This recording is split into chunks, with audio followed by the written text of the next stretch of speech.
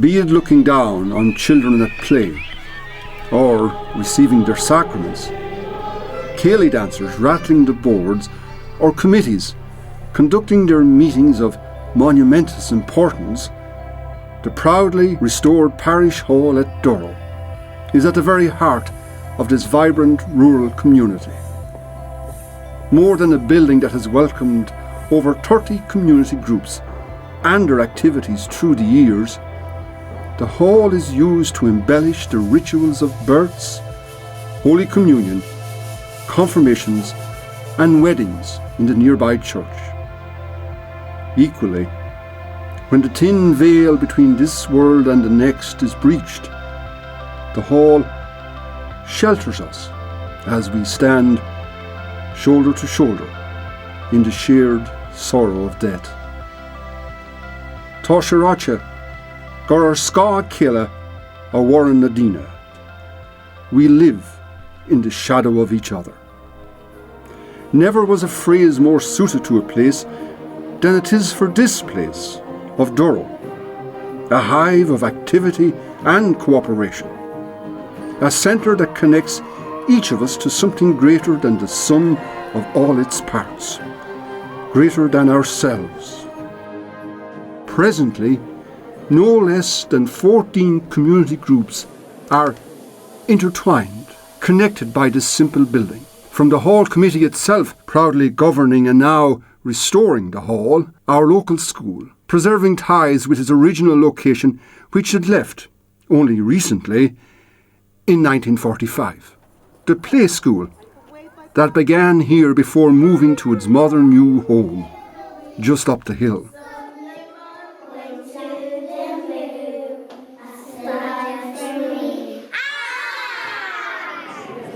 Durrow Choir, that graces religious occasions with traditional and modern masterpieces.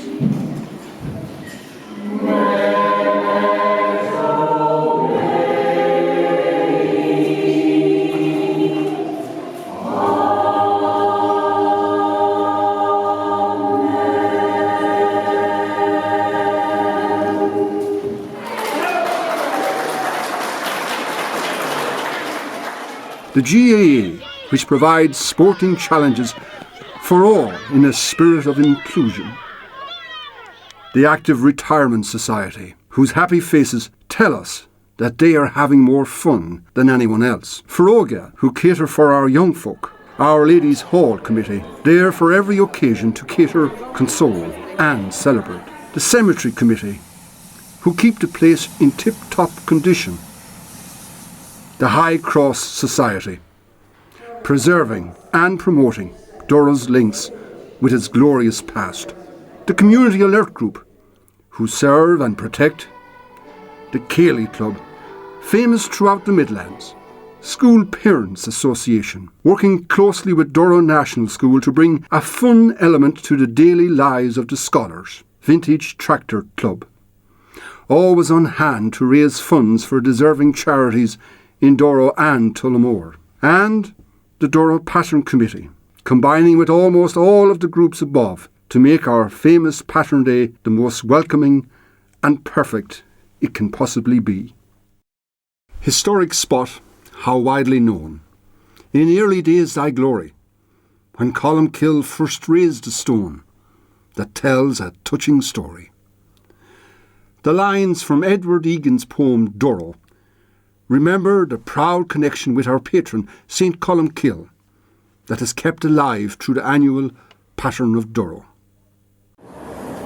Both young and not so young alike leave no stone unturned, or unfortunate weed alive, so as to display lovely Durrow at its splendid best, as it welcomes those who will flock from the four corners for Pattern Day, June the 9th.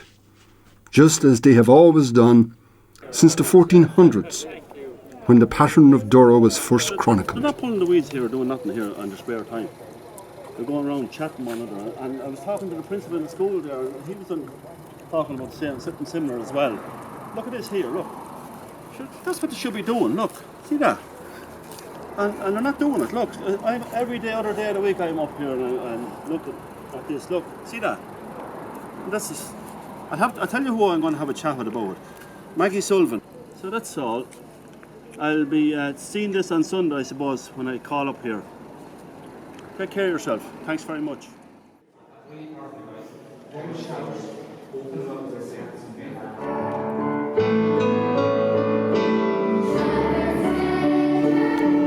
Each year, Durrow children are busy perfecting tunes and songs for the Holy Communion Mass.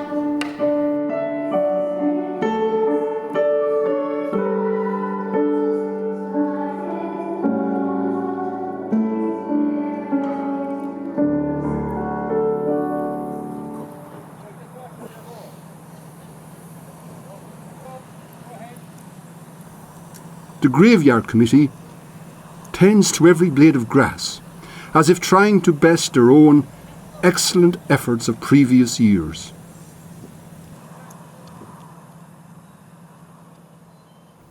The path to Durrow Abbey, Columkill's Holywell and the High Cross is made safe and inviting for the reverend visitors who will walk in the footsteps of centuries of devout pilgrims who have worn the way before them. Those who religiously return from foreign parts to remind us that they too are part of the living tradition at Durrow. Oh, the memories of a Pattern Day years ago were absolutely, it was the highlight of the year. We got new clothes, new socks, and I remember we were waiting to go down, and if it was raining, my mother mightn't let us go, and we would tell her, "Mother, it's only flies outside. It's only little flies. We won't get wet. We can go." The biggest remnant, I always loved the procession down to the well, and you know, walking through the grounds, and then the sports was the really good part. You know, all the different three-legged races and you know, sack race and all that sort of thing. I remember always the three-legged race. I remembered all the stalls. I remember getting the sticks of sugar, and but other games. Obviously, we played the sack race, and I remember it being a highlight. Watching the dancing. I remember the grown-ups for me that time danced. It wasn't children. The dancing was so scary, and then all the the stalls, which was so exciting to be able to spend some money. It's a long, long while since I have been. Probably 20 years. I think Durrow has come on. I think it's a beautiful parish. I think now, as you talked about the pattern, I think as a child you look forward to the sports, whereas now I look forward to the procession. And I think it's been done so well, and it's also been done basically much the same way. It's never changed from the time we were children. And I think in this fast-moving world, it's actually quite nice that the parish has kept a little bit of its tradition of what it was as we remember as children. The roads are the one thing that I think are so good now, and it seems more opened up. I think the fact that Durrow Hall, that looks so fantastic, and you know, it's so big, and it's great for the whole community. I think, you know, I just feel very proud of how Durrow has grown. Yeah, I was just going to say that to you. You seem to have pride in your place still after all the years away. Oh, always. I mean, I suppose in a sense my home is in Australia, but my heart is in Durrow. People are much better off, beautiful houses. I love the way everything is kept up very well. And yes, and the community has changed. People are not so, the farmers or the rural community, we knew it has changed to embrace everybody. Oh, I'm very proud, and even when I was living away, I actually always came home. Over the last 20 years, I came back to the pattern, and I actually always enjoyed coming back to the pattern. It was very much a change from living in a city centre or working in a city. And I always thought it was so nice to come back and find this tradition kept up so well, and people actually who lived here were still very proud of what Durrow had become, or what they had made Durrow, because I didn't make Durrow. And I've always admired that, and as such I have retired back here. So I am finished work in the city and I've came back to Durrow. Oh, the school, I mean, I've made some good friends, which are today, last night I was just out with Gemma Colgan. The day I started school, I started with her. And we've kept in touch and catch up every time I'm back. And we correspond with each other, yes. And, you know, that's marvellous. And seeing people that I haven't seen, but I know so few people now. That's the sad part. Especially this actual school. When I look at it now, how it has grown from when, you know, there was just the 3 rooms. And I think spend most of my time in this room and the next room. I was surprised a few years ago when I was back, probably about 10 years ago, when I saw the improvements in this school, where some of my relations were here, and I came up to the school and it was fabulous to see the huge changes. Durrow itself, I think it's just grown and grown with all the new houses. That's the biggest surprise, and I'm really looking forward to Durrow Pattern on Sunday, because there's such fond memories of when we used to be so excited about it, and I can remember not sleeping for nearly a week when we had to dance at the Pattern in Durrow. We were so scared.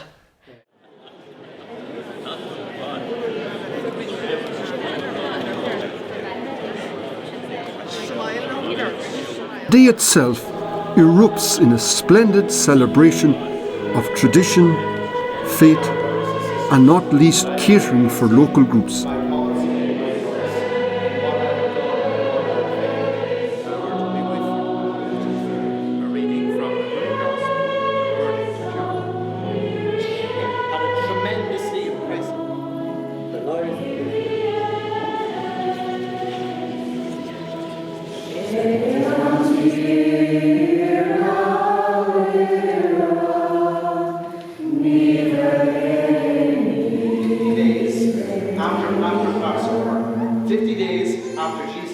Betrayal, crucifixion, death and resurrection. Colin Kill knew that, and he was willing to give his life so that other people would know that.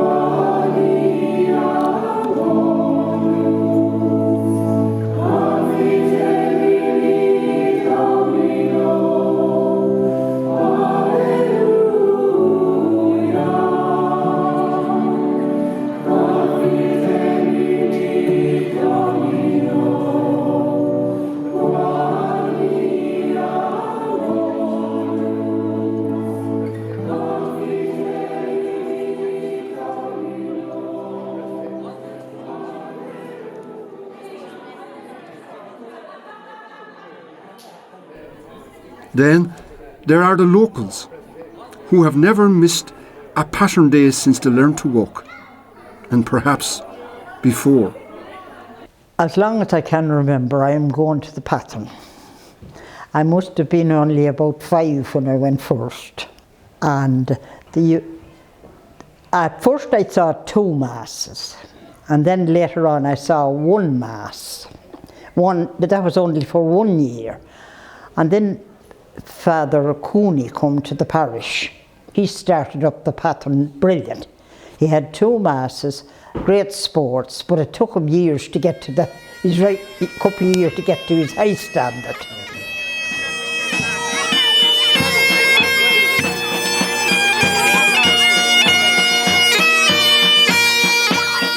There wasn't much more about it in my radio days. It was kind of half day and out. And then when Father Cooney came, he revived it up and made a great job of that here. He got in a lot of it. He had one time he got in pony races and ass racing, and all the good jockeys in the country came in to ride asses. They were all professional jockeys. The asses wouldn't go, they had to be pushed and carried and everything. But But he improved it a lot. Well, at one of his sports, there was he started the dancing stage in it. And the first was a half set of quadrilles. After that, then he had horse race, and he had 2 horses. That's the only time ever a horse run at the pattern. He had 2 horses running. He had them named Dusty Puss on April the 4th. And he commentated on it himself. And he had bicycle races and football matches and children's races. He run off everything very quickly. And he was a great man for it. He had everyone in the town nearly out to it. Okay.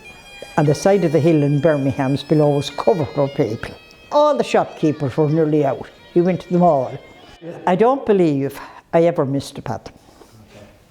And I still go to the well. And we always went to the well. You marched down from the well after the Kilbeggan boys band.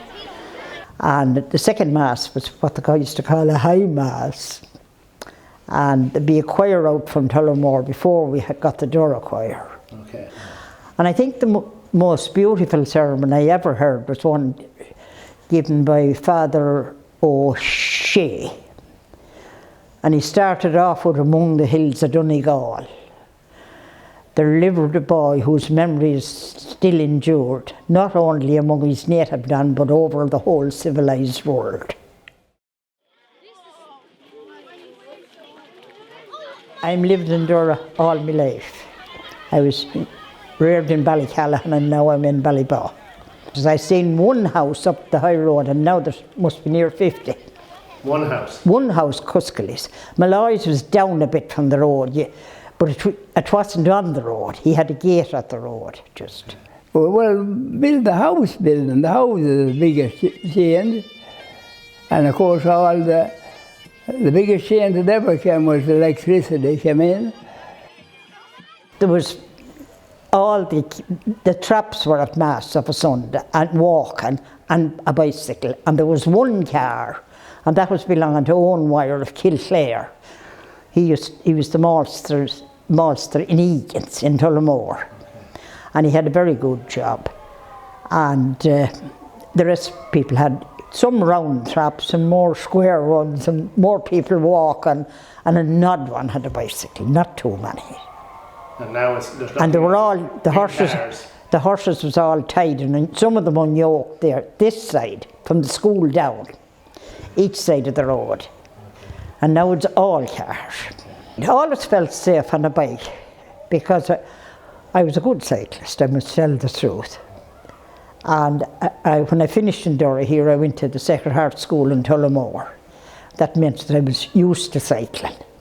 But 4 or 5 of us could ride in abreast, and the man that come with the car had to blow the horn to get us off the road.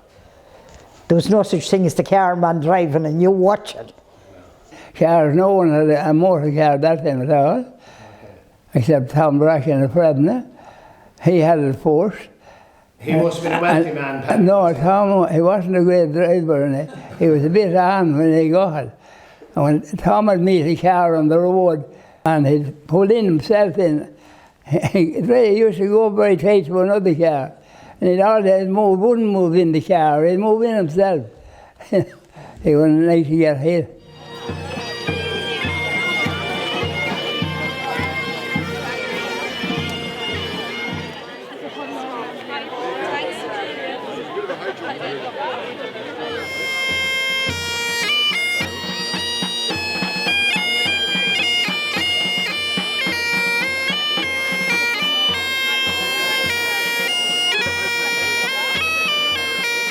Hallowed be thy name, thy kingdom come, thy will be done on earth as it is in heaven.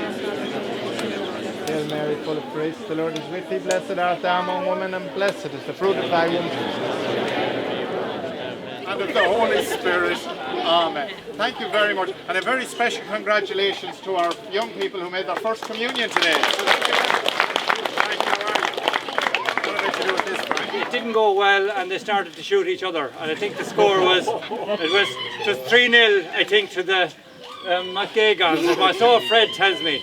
But it's amazing at the pattern of Durrow what can come out of a boot of a car, and this plate from There was commissioned in 1951 to commemorate the Book of Durrow, and the history is all on the back of it, and the beautiful illuminations from the carpet pages, and the 4 Gospels of Matthew, Mark, Luke and John are here.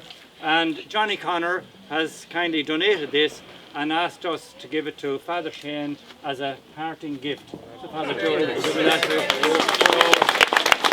Honestly, this is a very important piece, enshrines an awful lot of the history of this place, and finishing up here on this Pattern Day, it's beautiful, the Durrow plate. So I'm sure he'll treasure this, and I'll pass it on to him. And thank you very much for all your support and attention, and wish you well. Thank you. Well, the final song, of course, we have Faith of Our Fathers. We'll join in that. So thank you. Our fathers chained in prison dark were still in heart and conscience free. Last one. That's all right. You get to work right this year? We did. That's okay. That's all right. I had to impersonate. In your absence, we presented you with this priceless artifact. It's the Durrow plate. Wow. Commissioned in 1951 to commemorate the Book of Durrow, which was kept in the hands of the McGagan family after the dissolution of the monastery here. So this plate is a very special artifact, and it's a token of our appreciation from none other than Johnny Connor, who wanted to give it to you as a thank you for this. Thank you very much.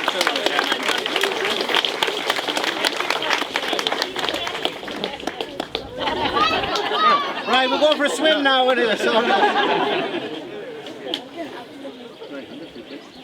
Well, they may go on about Newgrange and stuff like that up in Navan. They might go on about the Golden Vale or the Boyne Valley and all that kind of stuff. But the one thing they don't have is they don't have Durrow well. So be proud of Durrow. Be proud of your place, because it's a place worth being proud of. So thank you all very much, and God bless you all.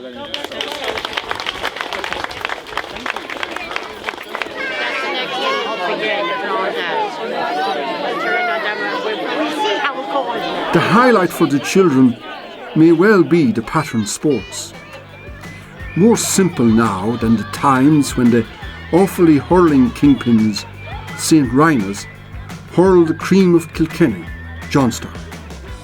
Or Tony McTague's Forban took on Summerhill of Meath in football. The pattern sports is now an inclusive event where the GAA present their grounds in tip-top condition. Many a victory shot is mixed with the tears of disappointment as small children are pipped at the line or come a cropper in the wheelbarrow or sack race. Even Berry's shop, once a parish focal point and rambling house, is revived for the day to cater to hungry and thirsty athletes.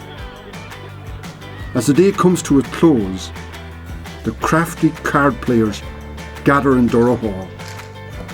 Although their stiff limbs might not compete with the children, their nimble minds more than compensate. For woe betide anyone who lets out a soft game at 25. My hand is weary with writing.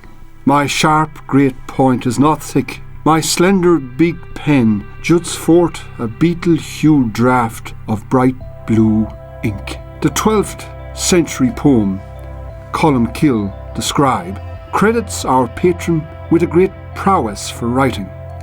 Modern scholars agree that our Book of Durrow, that predates the Book of Kells by 100 or so years, emanating, if not from the fair hand of Columkill himself, then certainly from Durrow. So proud are we of this priceless treasure, which further links us with our past, that we show a replica copy to the children of Durrow School each year on or around Pattern Day. Equally honoured were we when our precious manuscript was taken from the hallowed halls of Trinity this year to be displayed with the Lindisfarne Codex and Book of Burr in the British Library. Gospel icons as depicted in the Book of Durrow, adorn our parish church, reminding us of links with our great saint. As it is today, Durrow was exalted in the past. This is evidenced by the fact that the kings of Meath commissioned the construction of a high cross here in the 9th century. The imposing masterpiece depicts scenes from the scriptures: Eve presenting an apple to Adam, Cain slaying Abel, and perhaps most relevant to the young musicians of Durrow, King David playing his harp close to, if not accompanied by, an Irish piper. Cultures and time interwoven by the hand of the sculptor. Columkill founded a monastery here in the 6th century, and we're not quite sure what date, but maybe before he went to Iona, or perhaps during a visit here, because he most certainly was here on this site. This is probably the exact spot where he built his first church. He was granted land by a cousin. This grew to be a very significant monastery. Columkill founded a number of monasteries in Derry, Kells, Iona, and here. You can see the importance of the history that's here in Durrow, and there's no people more aware of it than the community of Durrow itself. And over the centuries here, this estate and church has been in private ownership. There has always been problems with access, preservation of the artifacts that are here, including the high cross and the grave slabs, all of which were outside up to the early 2000s.